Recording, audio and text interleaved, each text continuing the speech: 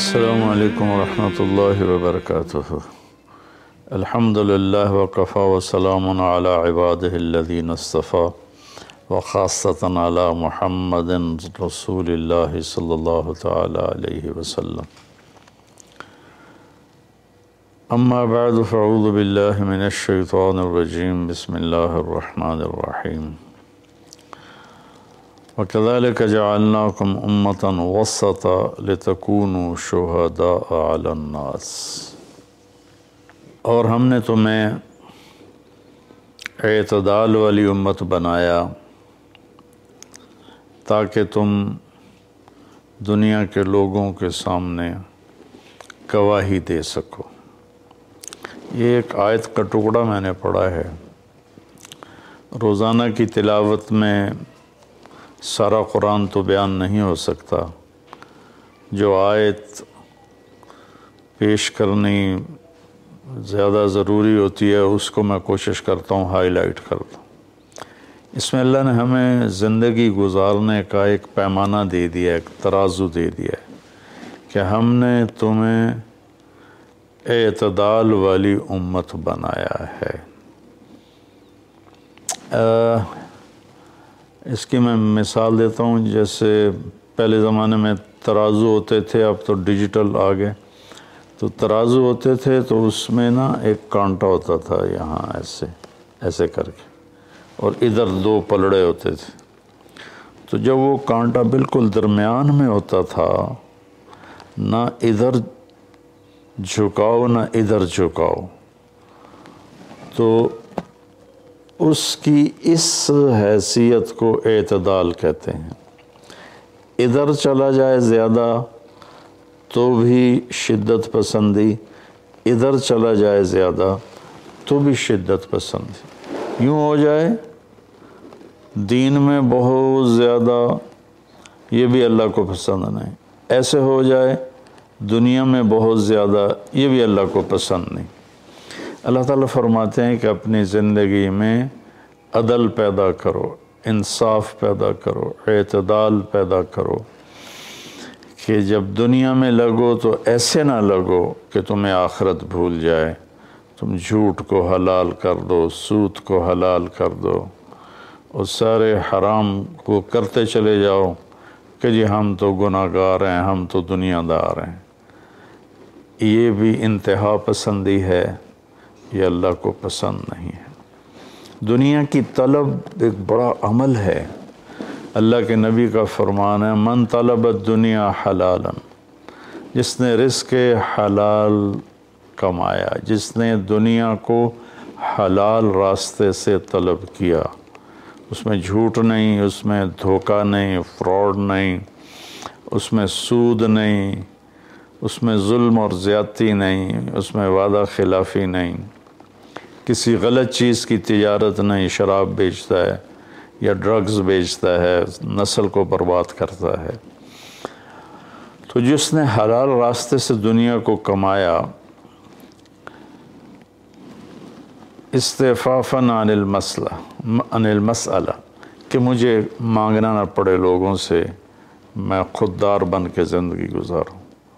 سعیاً علی اہلہ، اپنے بچوں پہ خرچ کرنے کے لیے کہ وہ عزت کی زندگی گزاریں۔ تعطفاً علی جارہ، اپنے آس پاس کے غریب لوگوں پر خرچ کرنے کے لیے، جو صبح بازار جاتا ہے اور اپنی جاب پر جاتا ہے، اپنی مزدوری پر جاتا ہے، وہ ریڑھی پر بیٹھتا ہے یا بہت بڑے پروجیکٹ کے آفس میں بیٹھتا ہے، اگر یہ چار باتیں اس کے اندر ہیں، حلال کماتا ہے، جابین رشوت نہیں لیتا، غلط کام نہیں کرتا، کسی کی فائل نہیں روکتا، بچوں پہ خرچ کرنے کے لیے اور پڑوسیوں کو نوازنے کے لیے، غریب پڑوسیوں پر خرچ کرنے کے لیے اور سوال سے بچنے کے لیے، جو دنیا کو کماتا ہے۔ تو اب آپ خوشخبری سنیں، لقی اللہ تعالی یوم القیامہ وجہہ مثل القمر لیلۃ البدر، قیامت کے دن وہ اللہ سے ایسے ملے گا کہ اس کا چہرہ 14ویں رات کے چاند کی طرح چمکتا ہوگا۔ تو ایسی دنیا کمانا بھی بندگی ہے۔ ریاکاری کے نفل پڑھ رہا ہو تو وہ جہنم ہے، اور ان 4 شرطوں کے ساتھ دکان پہ بیٹھا ہو، آفس میں بیٹھا ہو، ریڈی پہ بیٹھا ہو تو وہ جنت کا راستہ ہے، اللہ کو اتنا پسند ہے، کیونکہ اس میں درمیانی راستہ ہے، اعتدال والا راستہ ہے۔ اب اس میں انتہا پسندی کیا ہے؟ دوسری حدیث پیش کرتا ہوں۔ تعس عبد الدینار وعبد الدرہم وعبد القطیفہ، تعس وانتکس وإذا شیک فلن تقش، ان اعطی رضی وإن لم يعط سخط۔ آپ نے فرمایا دینار کا چاہنے والا، دینار کا غلام چاہت تو سب کی ہے، سونے کا غلام ہلاک ہو جائے، چاندی کا غلام ہلاک ہو جائے۔ اللہ نے کائناتی معیشت کو، اکانومی کو سونے چاندی کے گرد گھمایا ہے، یہ اللہ کی اپنی قدرت ہے۔ تو اب یہ انتہا پسندی آ رہی ہے، جس نے آپ نے کہا ہلاک ہو جاتا ایسا کون؟ عبد الدینار، سونے کا غلام، چاندی کا غلام، اور زیب و زینت کا غلام، اسیسریز کا غلام، کہ حلال رزق میں ایسی نہیں مل رہا تو چلو کوئی ڈنڈی مار لو، کوئی رشوت لے لو، کوئی جھوٹ بول کے سودا بیچ لو، یہ ہے۔ تو اس کے لیے آپ نے بد دعا فرمائی۔ یہ بخاری شریف کی روایت ہے، آپ رحمت اللہ علیہ عالمین ہو کر آپ بد دعا فرما رہے ہیں کہ ایسے لوگ، چونکہ یہ لوگ جب دنیا میں جاتے ہیں تو اوروں کے حقوق مارتے ہیں، اوروں جو رشوت لیتا ہے وہ رشوت دینے والا پتہ نہیں کن مشکلوں سے اپنے کام کے لیے پہنچا ہوتا ہے، جس کو یہ دھوکہ دے کے مال بیچ دیتا ہے وہ پتہ نہیں کتنی مشکلوں سے پیسہ بنا کے مال لینے آتا ہے، اس کو یہ 2 نمبر ٹکا دیتا ہے۔ اس لیے ان کے لیے بد دعا فرمائی کہ یہ معاشرے کے لیے ناسور لوگ ہیں، چاہے یہ کتنے ہی نامور ہوں، لیکن یہ معاشرے کے لیے ایک عذاب ہیں، ایک مصیبت ہے۔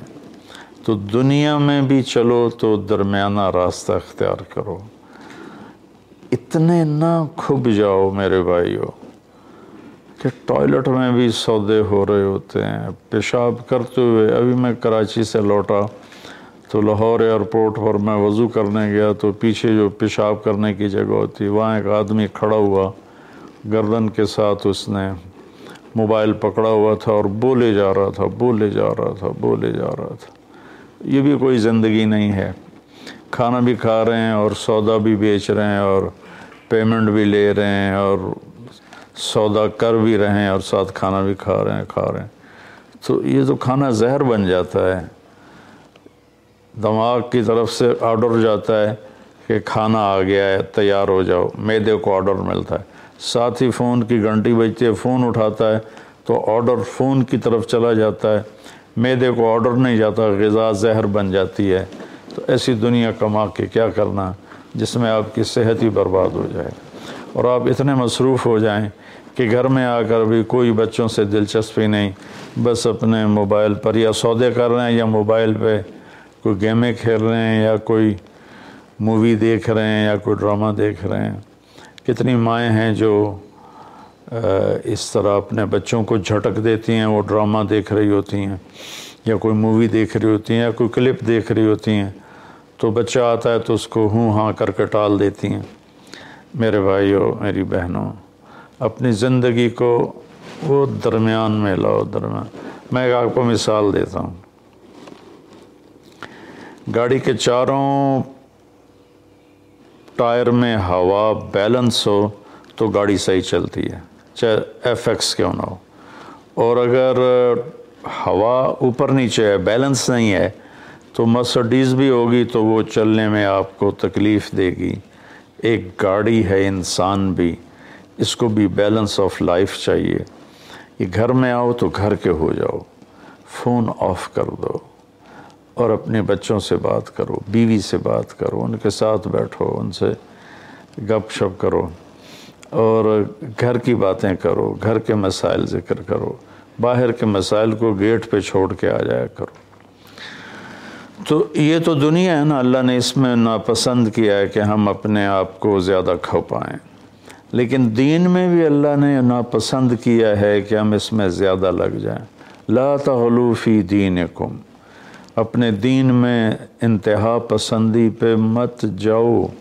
اللہ نے اپنے محبوب سے فرمایا فلا تذهب نفسك علیہم حسرات، میرے نبی آپ ان غیر مسلموں کو تبلیغ کرتے ہوئے اتنا دکھ نہ اٹھائیں کہ آپ خود آہیں بھرتے بھرتے فوت ہو جائیں۔ اللہ نے اپنے نبی سے فرمایا، نماز لمبی کی تو اللہ نے اس سے منع فرما کر فرمایا کہ ما انزلنا علیک القرآن لتشقی۔ اللہ نے اپنے نبی سے اعتدال مانگا، لا تبسطھا کل البسط، میرے نبی آپ مال خرچ کریں لیکن سارا نہ خرچ کریں، کچھ بچا کے بھی رکھیں۔ اللہ نے اپنے محبوب سے فرمایا، اس لیے تو اللہ نے زکوٰۃ کا نظام چلایا۔ تو اور ایک حدیث پہ پیش کرتا ہوں، 3 صحابہ آئے حضرت عائشہ رضی اللہ عنہ کے پاس کہ اللہ کے نبی کی رات کیسی ہوتی ہے، تو انہوں نے فرمایا کہ سوتے بھی ہیں اور اٹھتے بھی ہیں، نفل بھی پڑھتے ہیں، بلکہ آپ کی بہت خوبصورت عادت تھی، جب آپ تہجد سے فارغ ہو جاتے تو یوں کر کے لیٹ جاتے، ایسے کر کے، اور حضرت عائشہ رضی اللہ تعالیٰ عنہ بھی اٹھ جاتی تو آپ ان کے ساتھ اسی حال میں باتیں کرتے، گپ شپ لگاتے، تہجد کے وقت میں اپنی بیگم سے پیار محبت کی باتیں ہو رہی ہیں، اتنے میں حضرت بلال اذان دیتے تو آپ اٹھ کے 2 رکعت سنت ادا کرتے اور نماز پڑھانے کے لیے مسجد تشریف لے جاتے تھے۔ تو اتنی اعتدال کی لائف تھی، ہنسی مذاق فرماتے تھے، اور حضرت عائشہ رضی اللہ عنہ کو لقمے بنا کے کھلاتے تھے، ان کو آٹا گوندھ کے دیتے رہے جب تک حضرت عائشہ رضی اللہ عنہ کو آٹا گوندھنا نہیں آیا، کہ وہ چھوٹی عمر میں ان کی شادی ہوئی تھی۔ تو انہوں نے جب یہ سنا تو کہنے لگے وہ تو اللہ کے نبی ہیں، وہ تو کچھ بھی نہ کریں، بخشے بخشائے ہیں، ہمیں تو کچھ کرنا چاہیے، کیا کریں؟ ایک نے کہا میں ساری رات نہیں سوؤں گا، نفل پڑھوں گا، کتنی اچھی نیت کی ہے۔ دوسرے نے کہا میں ساری زندگی روزے رکھوں گا، کبھی افطار نہیں کروں گا، کتنی اچھی نیت ہے۔ تیسرے نے کہا میں شادی نہیں کروں گا، بس اللہ کی عبادت کروں گا اور اللہ کے راستے میں جہاد کروں گا، کتنی اچھی نیت ہے۔ آپ کو پتہ چلا تو آپ نے تینوں کو بلا لیا، تو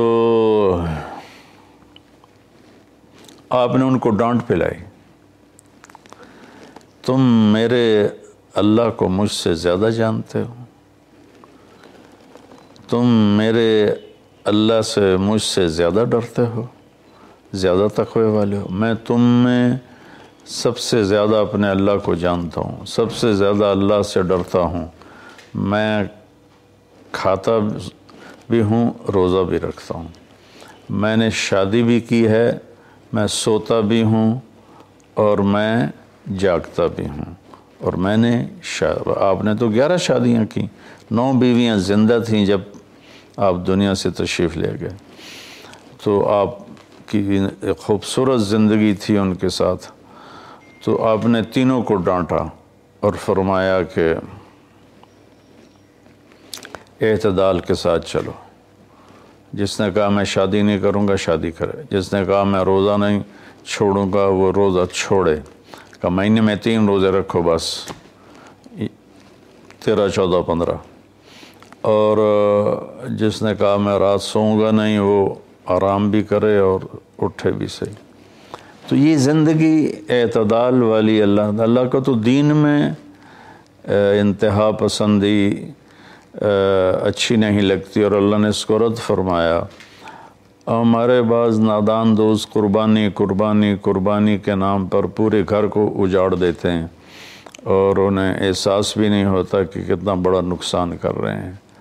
سب سے بڑا تقاضا اسلامی تاریخ میں جنگ بدر کا ہے، اس سے بڑا تقاضا قیامت تک نہیں آئے گا، کہ جن کے بارے میں اللہ کے نبی کی وہ گواہی ہے جو قیامت تک کسی کے لیے نہیں، ان تہلک هذه العصابۃ فلن تعبد، میرے رب اگر آپ نے اس جماعت کو ہلاک کر دیا تو پھر آپ کا نام لینے والا کوئی نہیں بچے گا۔ اتنی بڑی گواہی 313 کی، اور یہ اتنا بڑا تقاضا تھا اور اتنا بڑا یہ اس وقت اہم اور ضروری کام تھا۔ آپ نکلے اور ذوالحلیفہ 7 میل دور ہے، جب وہاں پہنچے تو حضرت عثمان اور اسامہ رضی اللہ عنہما کو آپ نے واپس بھیج دیا کہ آپ کی بیگم حضرت رقیہ رضی اللہ تعالیٰ عنہ وہ حضور صلی اللہ تعالیٰ علیہ وسلم کی دوسرے نمبر کی بیٹی تھیں۔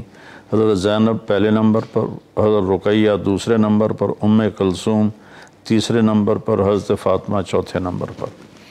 تو بیمار ان کو چیچک نکل آیا تھا، تو ان کو وہاں سے واپس بھیجا کہ جاؤ تم رقیہ کی تیمارداری کرو۔ وہ جنگ بدر میں شریک نہیں ہوئے، میرے نبی نے واپس کیا، لیکن جنگ بدر کے شریک صحابہ میں ان کا نام لکھوایا، دونوں کا۔ جب ہم بدری صحابہ کی فہرست کھولتے ہیں تو اس میں اسامہ اور عثمان رضی اللہ عنہما دونوں کا نام ذکر ہے، اور مال غنیمت میں ان کا حصہ بھی رکھا آپ نے۔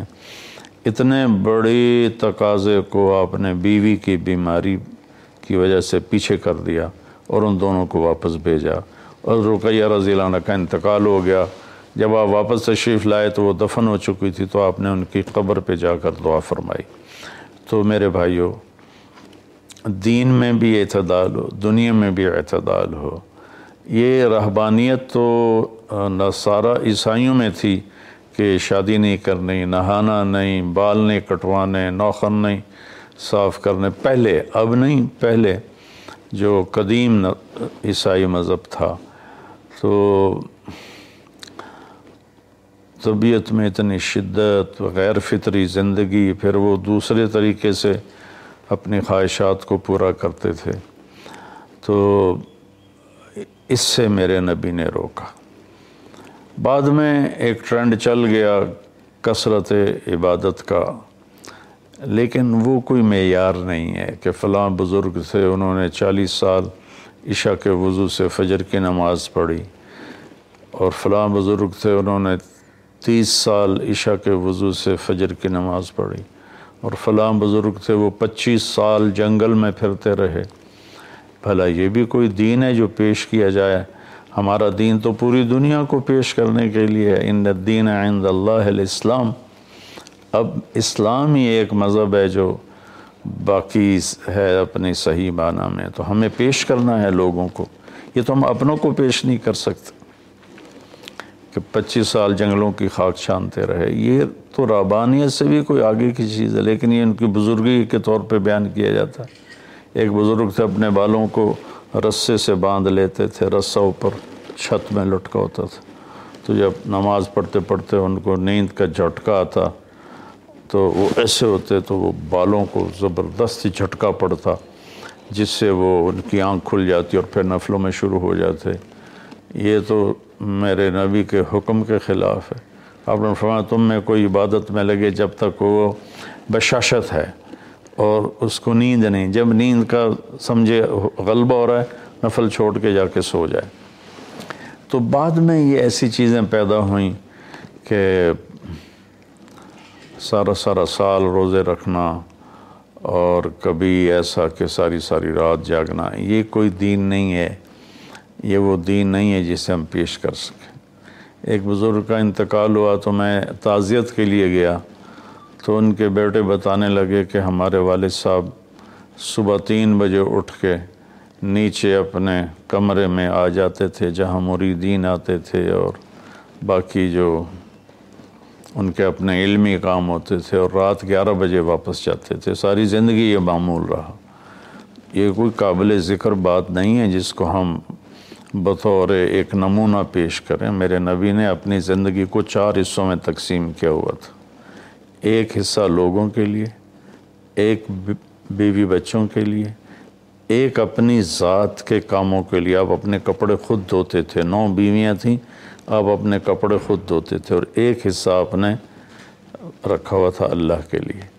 تو آپ سے زیادہ مشکل لائف کسی کی نہیں، آپ سے زیادہ بڑا ذمہ دار کائنات میں کوئی نہیں آپ نے زندگی کو 4 حصوں میں ڈیوائڈ کیا ہوا تھا، تو اگر ہم دنیا میں لگتے ہیں تو حلال حرام بھول جاتے ہیں، جھوٹ سچ بھول جاتے ہیں، دھوکہ دیانت کو بھول جاتے ہیں، اور دین میں لگتے ہیں تو بچے بیوی بھول جاتے ہیں، اپنے کام کاروبار بھول جاتے ہیں۔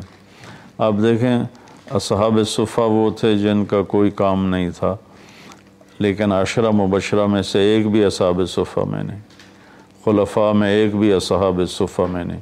اور اصحاب صفہ کوئی دینی تقاضوں کے لیے فارغ نہیں بیٹھے تھے، اصحاب صفہ کا ٹھکانہ کوئی نہیں تھا۔ جب صدیقی دور میں ٹھکانے مل گئے تو اصحاب صفہ بھی ختم ہو گئے۔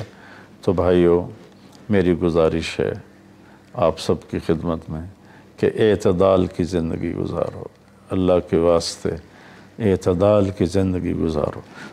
ایک صحابی آئے، بڑے مالدار تھے، کپڑے ان کے پرانے بھی تھے اور بڑے گھٹیا قسم کے تھے اور میلے بھی تھے۔ آپ نے ان سے فرمایا کیا ہوا، غریب ہو گئے ہو؟ کہا جی نہیں۔ آپ نے فرمایا تو اللہ نے جو تجھے دیا ہے تو چاہتا ہے کہ اللہ تیرے اوپر اس کا اثر دیکھے، اٹھو جا کے کپڑے تبدیل کر کے آؤ۔ آپ نے ان کو واپس بھیجا، ان کے کپڑے تبدیل کروائے۔ تو یہ کہ کسی کو اللہ رزق دیتا ہے، وہ اچھے کپڑے پہنتا ہے، اچھی سواری استعمال کرتا ہے، اچھے گھر میں رہتا ہے، اپنا کاروبار دیکھتا ہے، اس کو دنیا داری نہیں کہتے۔ دنیا داری تو جھوٹ اور فراڈ اور حرام اور رشوت، جتنے غلط راستوں سے جو جانا ہے کاروباری زندگی میں، یہ دنیا داری ہے۔ عبد الرحمن بن عوف رضی اللہ تعالیٰ عنہ نے وراثت میں اتنا سونا چھوڑا کہ بچوں میں تقسیم کرنے کے لیے وراثت کو کاٹتے کاٹتے آریاں ٹوٹ گئیں۔ 1000 گھوڑے، 10,000 بکریاں اور 1000 اونٹ، یہ مال مویشی ان کے پاس تھے، اور زمینیں الگ تھیں، لیکن وہ 10 بڑے صحابہ میں ہیں، ٹاپ 10 صحابہ میں ہیں۔ تو بھائیو، رمضان کا مہینہ ہے، اللہ سے مانگیں کہ اللہ ہمیں اعتدال والی زندگی نصیب فرمائے۔ السلام علیکم ورحمۃ اللہ۔